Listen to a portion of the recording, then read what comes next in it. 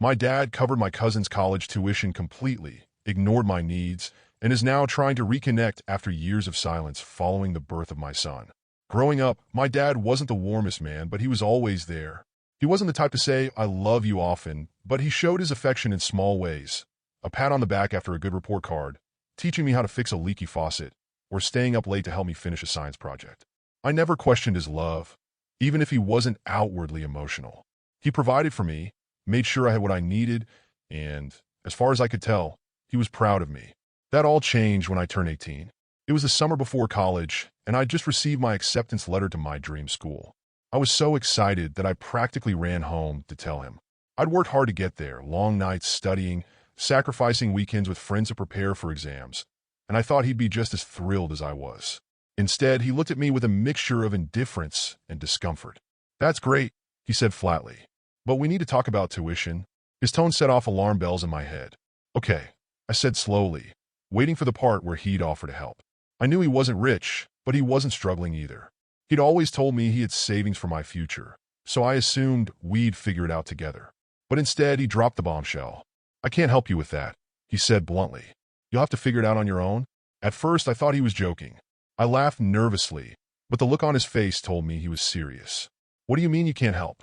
I asked, my voice rising with panic. "You said you'd been saving for this." He hesitated, rubbing the back of his neck like he was debating how much to tell me. Finally, he sighed and said, "I used that money to help Liam. His parents are struggling, and he needed it more than you." I froze. "Liam?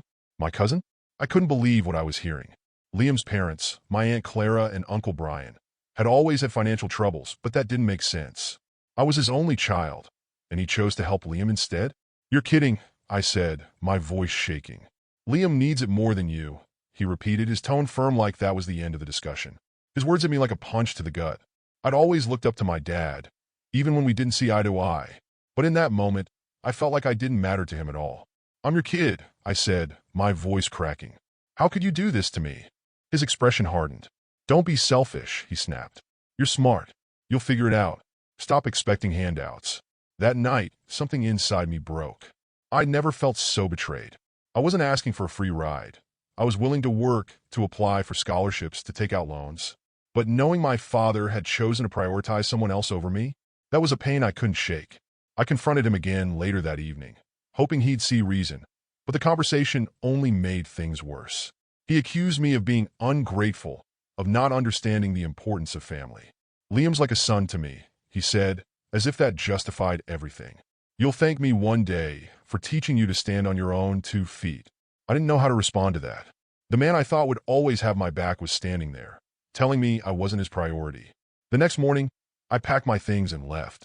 I didn't have a plan, but I knew I couldn't stay in that house another minute. As I walked out the door, I made a silent promise to myself. I would never rely on him again. If he couldn't support me when I needed him most, then I didn't need him at all.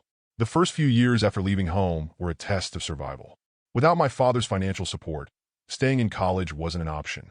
I dropped out halfway through my first semester, packed up my dorm room, and stepped into a world I wasn't prepared for. My dreams of earning a degree, building a successful career, and one day making my dad proud. All of it crumbled under the weight of harsh reality. At 18, I worked multiple jobs just to scrape by. During the day, I was a stock clerk at a grocery store, hauling boxes and organizing shelves. At night, I waited tables at a local diner, where the smell of grease and coffee clung to my clothes long after my shifts ended. Weekends weren't a reprieve.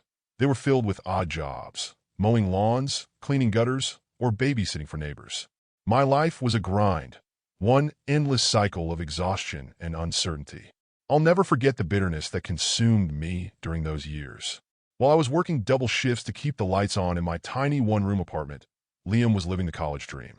I tried to avoid social media, but occasionally I'd stumble upon posts from him, pictures of dorm parties, football games, and study sessions at the library. He always included a heartfelt caption thanking my dad for making it all possible. It wasn't Liam's fault. He didn't know what my dad's decision had cost me. But every post felt like a slap in the face, a reminder of how little I seemed to matter to my own father. The resentment I felt toward both of them burned like a fire I couldn't extinguish, fueling me through the long nights and relentless work weeks. But slowly I started to rebuild. My life didn't follow the path I'd planned, but it found a direction of its own. I got a job in sales through a former customer at the diner who'd taken a liking to me. The pay was modest, but it was steady, and for the first time in years, I felt like I was making progress. That job became the foundation I needed. I worked hard, learned quickly, and eventually earned a promotion. The long hours didn't bother me. I'd spent so much of my life working nonstop that I was used to it. And as the paychecks got bigger and the pressure eased, I found myself beginning to enjoy the stability I'd built. It was during this time that I met Emily. She came into my life like a breath of fresh air, someone who saw past the bitterness and exhaustion and believed in me even when I struggled to believe in myself.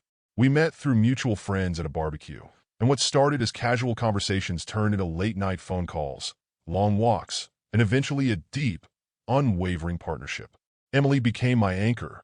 With her support, I started to let go of some of the anger I'd carried for so long. She encouraged me to focus on what I'd achieved, not what I'd lost, and helped me see that my worth wasn't tied to my father's approval or lack thereof. Still, I never fully forgave him. The pain of his betrayal didn't go away. It just dulled over time, becoming a quiet ache instead of a sharp wound. I told myself I didn't need him, that I was better off without his interference in my life. And for the most part, I believed it. By the time Emily and I got married, I'd built a life I was proud of. It wasn't perfect, but it was mine. A life I'd built from scratch, without any help from the man who should have been my greatest supporter. When my son was born, it felt like the ultimate victory, proof that I could break the cycle, that I could be the kind of father I never had. But deep down, there was still a part of me that wondered if my dad even knew about the life I'd built, if he thought about me at all. And when the call finally came, I wasn't prepared for how it would shake everything I'd worked so hard to bury. For 10 years, my father and I lived separate lives. He didn't call, didn't text, didn't come to my wedding, and never once reached out to check on me. Through family gossip, I'd occasionally hear updates about him, how he was doing, what projects he was working on, or how Liam was excelling in his career thanks to the college degree my father had funded. It stung every time, but I did my best to push it aside and focus on my own life. To me, my father was a ghost, a lingering memory I refused to let haunt me anymore. Then one evening, out of nowhere, he called. I was in the kitchen, bouncing my newborn son in my arms while Emily chopped vegetables for dinner. My phone buzzed on the counter, and I nearly dropped it when I saw his name flashing on the screen. I hadn't saved his number, but I still recognized it instantly. It was burned into my memory, though I hadn't dialed it in over a decade. Against my better judgment, I answered. Hello. My voice was cautious, guarded. Congratulations, he said, his tone awkward, almost stilted. I froze, unsure of how to respond. It took me a moment to realize he must have seen the photo Emily and I had posted online.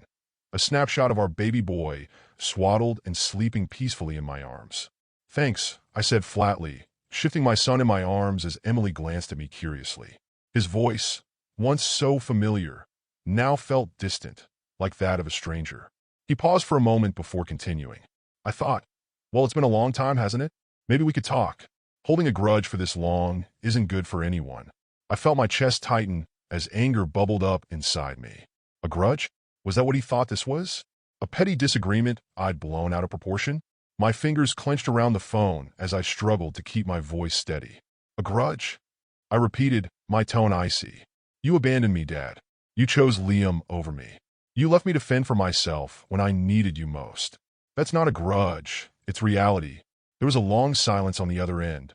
I could hear him exhale sharply, a sound I recognized as the precursor to one of his dismissive retorts. You've always been so dramatic, he said finally, his tone dripping with condescension. I did what I thought was right at the time. And look, you turned out fine, didn't you? That was it. Something inside me snapped, and the words spilled out before I could stop them. Maybe you cared so much about Liam because he's your son, I said coldly. That would explain a lot. The silence that followed was deafening.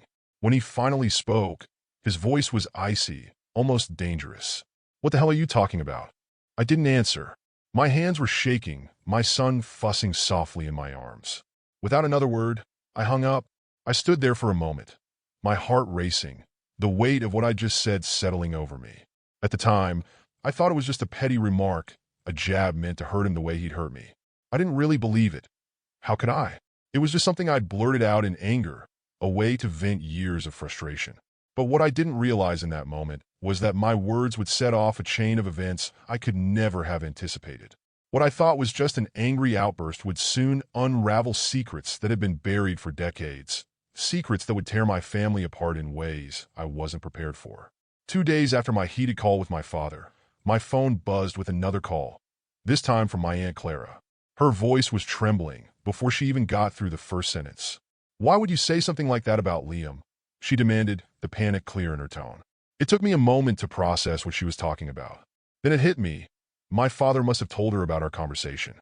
I scrambled to respond, my heart pounding. "It was just a comment," I said quickly, trying to backtrack. "I didn't mean anything by it.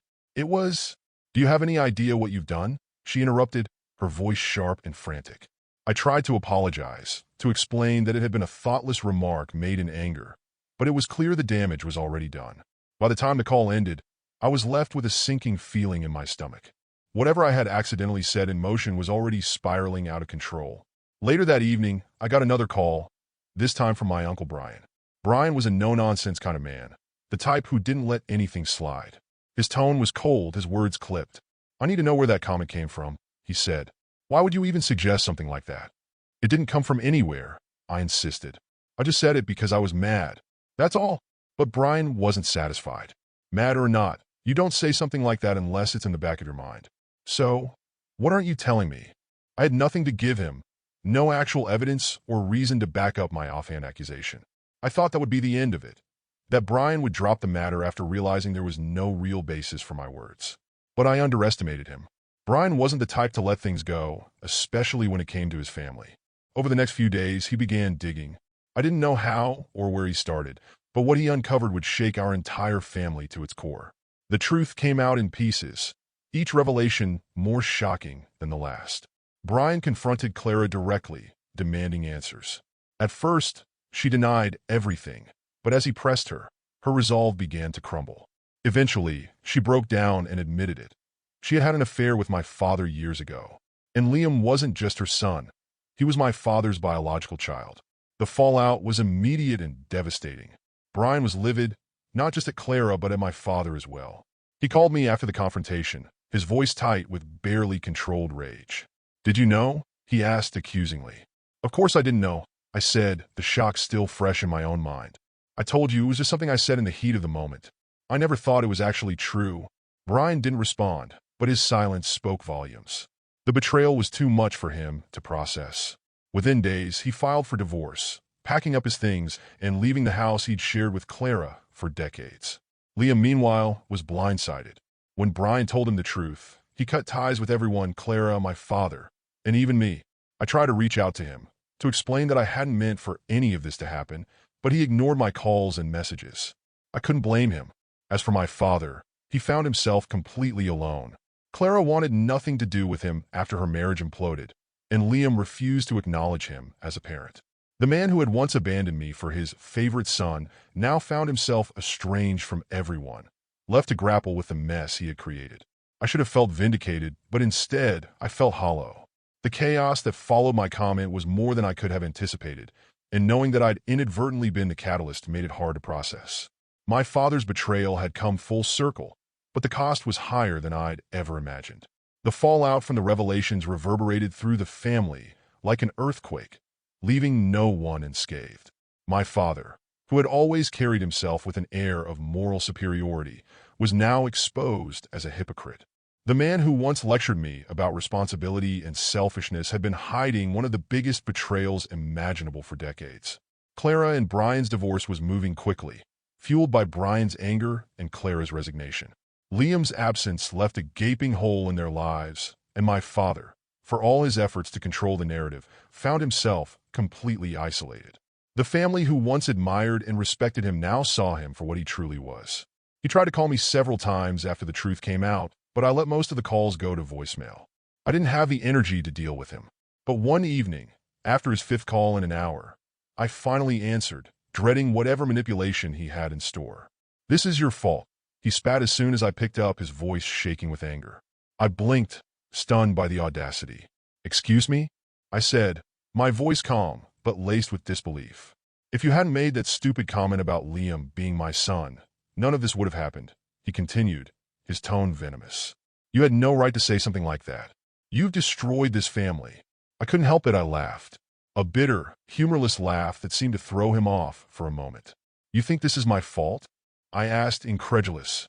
"You had an affair, Dad. You lied to everyone. You betrayed Brian, Clara, me, and Liam. You destroyed this family, not me." "Don't act so righteous," he snapped. "You were the one who—" "I was the one who what?" I interrupted, my voice rising. "Made a comment? That's all it took to unravel your lies? You're mad at me because you got caught. If you hadn't done any of this, my words wouldn't have meant anything. This is on you, not me." For a moment, there was silence on the other end. It was the first time in my life I'd seen, or in this case, heard, my father at a loss for words. The man who had always been so quick to dismiss my feelings, to twist every argument in his favor, finally had nothing to say. The silence didn't last long. He eventually muttered something about me being just like my mother, a phrase he'd always thrown at me when he was angry, before hanging up. I stared at my phone, my emotions a swirl of anger, sadness, and disbelief. Part of me had hoped, naively I suppose, that this conversation would bring some kind of closure, that he might admit his mistakes, apologize, or show even a sliver of remorse. Instead, he had doubled down, lashing out at me as if I were the villain in this story. Emily, who had been sitting on the couch with our son during the call, came over and gently placed a hand on my shoulder. "You okay?" she asked softly. "Not really," I admitted, setting my phone down on the counter. "But I think I'm done trying to get anything from him. He's never going to change." Her expression was one of quiet understanding. "You don't have to keep letting him hurt you," she said. "You've built something good here. Focus on that." She was right, of course. My father's life was unraveling, but I didn't have to let his chaos pull me down with him. For the first time in years, I felt like I had the upper hand, not because I wanted to win, but because I realized I didn't need anything from him anymore. In the days that followed, my father didn't call again. Whether it was out of shame, anger, or both, I didn't know, and I didn't care. For the first time, I wasn't waiting for his validation or his apologies. He had made his choices, and now he was living with the consequences. As for me, I focused on the life I'd built, the family I'd chosen. Emily and I spent our days navigating parenthood, finding joy in the little moments with our son.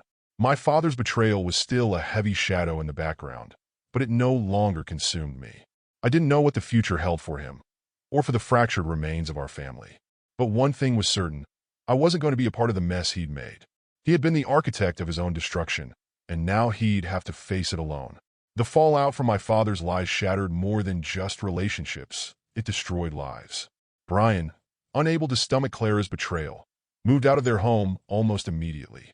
I heard through a mutual cousin that he was renting a small apartment on the other side of town, focusing on work and cutting himself off from most family gatherings.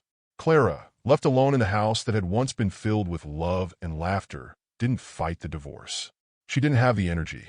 Liam, the golden child who had unknowingly been at the center of this storm, disappeared completely. He cut ties with Clara, Brian, my father, and even me. I tried reaching out to him a few times, just a simple text or call, but he never responded. I couldn't blame him. To find out that the man you'd thought of as an uncle was actually your father, that your mother had lied to you your entire life, it was unimaginable. As for my father, the man who had always seemed so in control, so certain of his decisions, he was left with nothing. His carefully constructed world had crumbled, and for once, there was no one else to blame. He tried to reconnect with me, calling and leaving voicemails that ranged from apologetic to defensive. "I made mistakes," one message began, only to end with, "But you're not innocent in all this either." I never called him back. While the chaos unfolded around me, I focused on the life I'd built. Emily and I poured our energy into raising our son, cherishing the small, quiet moments that made our world feel stable and whole. Late-night feedings, early morning giggles, and the way our baby gripped my finger with his tiny hand. Those were the things that mattered. The storm my father had created felt distant, like thunder rumbling on the horizon. For the first time in years, I felt free.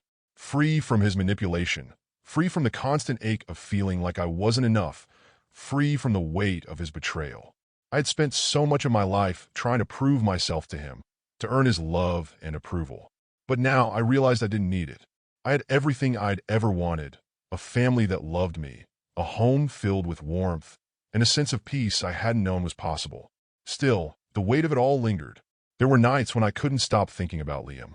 I wondered where he was, how he was coping, if he had anyone to turn to. None of this had been his fault. He was as much a victim of my father's lies as anyone else, maybe even more so. Yet he'd paid the steepest price, losing not just his family, but his entire sense of identity. Emily noticed the sadness in my eyes one night as we sat on the couch, our son asleep in his crib. "You're thinking about Liam, aren't you?" she asked gently. I nodded, sighing heavily. "I can't help it. He didn't deserve any of this." "No, he didn't," she agreed. "But neither did you. You did what you had to do to stand up for yourself. Don't forget that." Her words comforted me, but they didn't erase the guilt. I knew I hadn't caused the affair or the lies, but my offhand comment had been the spark that set everything ablaze. And while I didn't regret cutting ties with my father, I couldn't help but wonder if I could have done something, anything, to shield Liam from the fallout. As the weeks turned into months, the storm began to settle, but its effects lingered like scars on the family. Clara was estranged from everyone. Brian refused to attend any events where she or my father might be present, and Liam remained a ghost. My father, the once proud puppet master, was left alone with the ashes of the life he'd built. I didn't know if things would ever truly heal, for them or for me. But as I kissed my son goodnight and felt Emily's hand slip into mine, I knew one thing for certain. I would do everything in my power to ensure that my son never carried the same burdens I had. He would grow up in a home filled with honesty, love, and stability, the kind of home I'd always longed for but never had.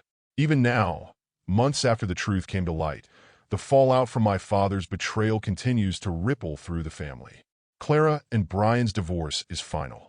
Brian has started fresh, cutting ties with nearly everyone and focusing on rebuilding his life in solitude. Clara, on the other hand, remains in the house they once shared, her world reduced to regret and isolation.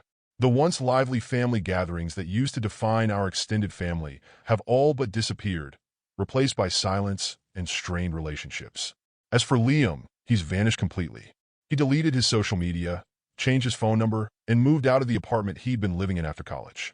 No one knows where he went, though I imagine he's trying to find some semblance of normalcy far away from the wreckage my father left behind. I don't blame him. If I could erase my connection to this family, I might have considered it too. My father remains isolated, a shadow of the man he once was. I've heard through distant relatives that he spends most of his days alone, wallowing in self-pity and bitterness. He hasn't reached out to me again, and I doubt he ever will. Part of me wonders if I should feel pity for him, a man who lost everything because of his own actions. But every time I consider it, the anger rises again, reminding me of the years I spent suffering because of his choices. For now, I focus on what I can control: my wife, my son, and the life we've built together. Emily has been my rock through all of this, reminding me that I'm not defined by my father's mistakes or the pain he caused. Our son is growing so quickly, his laughter filling the home with a warmth I never thought I'd feel again. In those moments, I realize that this is what matters. Not the lies, not the betrayals, but the family I've created on my own terms. Still, there are days when the wounds feel fresh, when I catch myself wondering if things could have been different. What if my father had made different choices? What if he had prioritized me instead of Liam? What if I had kept my mouth shut during that fateful phone call? These questions circle in my mind like vultures, offering no answers, only regrets. The truth is, I don't know if I'll ever fully forgive my father. Forgiveness feels like an impossible bridge to cross, one weighed down by years of pain and disappointment. Maybe one day I'll get there, but for now, I'm content to leave him in the past where he belongs. Our story doesn't have a neat ending. It's messy, unresolved, and complicated. The scars left by my father's betrayal may never fully heal, and the damage he inflicted on our family is irreversible. But maybe that's just how life is sometimes. Imperfect, full of unanswered questions and unfinished chapters. What I do know is this: I'm choosing to move forward. I'm carrying the lessons of the past, but I'm refusing to let them define my future. My father's betrayal may have shaped part of my story, but it doesn't get to dictate the rest of it.